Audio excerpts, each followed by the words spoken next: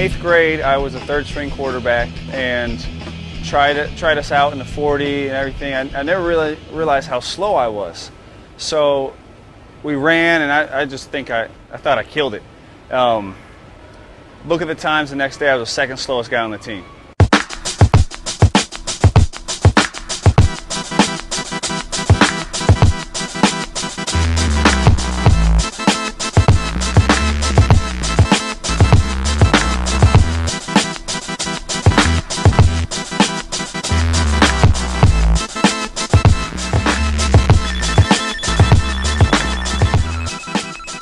So nothing like this really even existed, but there was a place called Acceleration. I begged my mom to let me go. I showed up 2 days later, and at the time, it was only professional athletes that did speed training. So when I showed up, guess who was there? Chris Carter, Butch Reynolds, who owned the 400-meter dash record, Scotty Graham, and then Kijana Carter, who was the first pick for the Bengals. And then there was me. Then we're going to rotate counterclockwise. Ready? Go! Stay low, stay low, stay low. Get down, get down, get down. O'Malley, too high. Get down, get down. Time. But I just didn't know how to get faster. I didn't know the path. So Acceleration provided that for me. By my junior year, I was the fastest guy on the team. And by my senior year, I was one of the fastest people in the nation. I was an All-American in track by my senior year. I saw those doors open up for me where I wasn't the best athlete in the world, but I was faster than everybody. So guys that were better talent than me my senior year in college, they weren't getting opportunities in the pros, but I was, because I was running a 4.4 at 240. Get up, get those reps in, come on, come on, come on. Relax your head, relax your head, relax your head. Spring up, be violent. Time!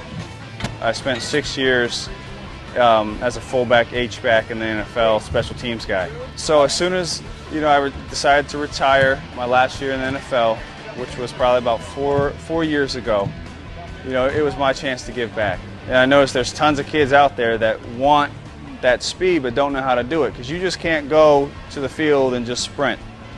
You just can't do that. The body is a system. It's a science-backed system. It needs leadership on how to be told and how to learn how to run fast.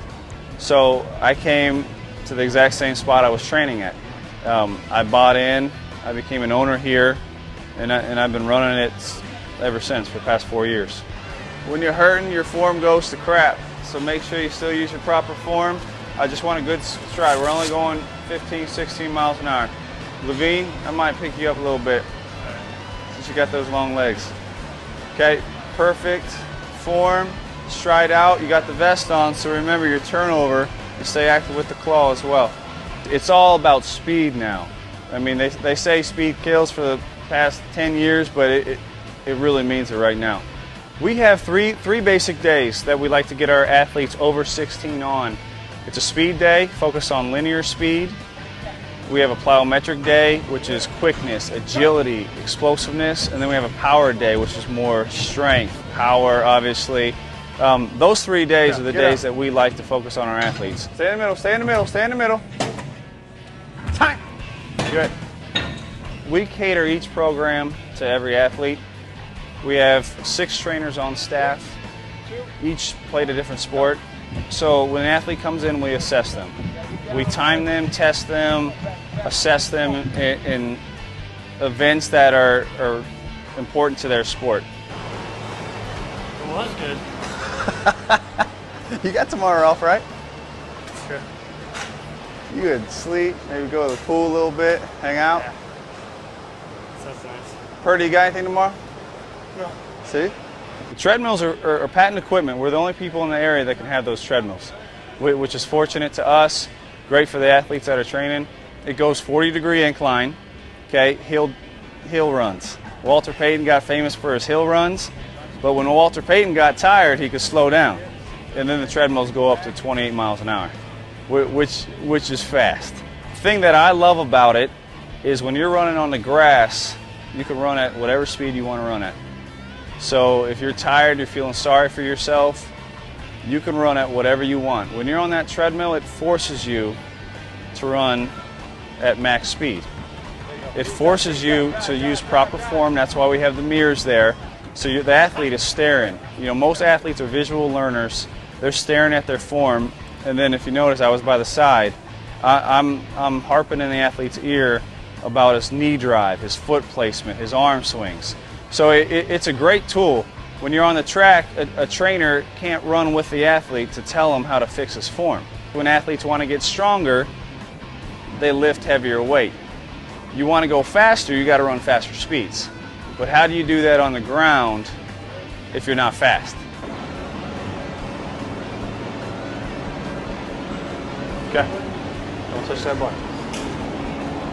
Stay low. This one's not bad. This one's not bad. Get back up there. Get back up there. Come on. Stay low. Stay low. Stay low. Reach back. Good. Keep reaching back. Keep reaching back. Keep reaching back.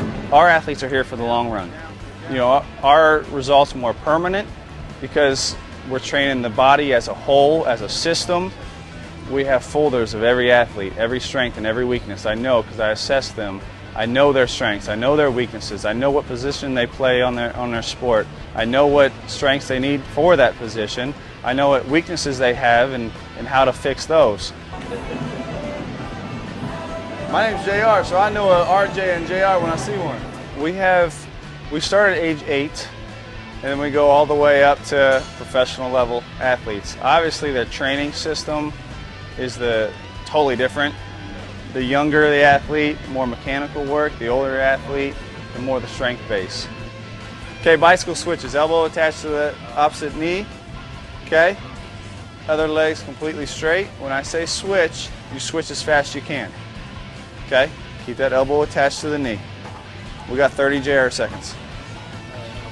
Huh? 2 minutes. No, it all depends on your technique. Great technique, 30 JR seconds becomes 20. Okay, bad technique, 30 JR seconds becomes about a minute.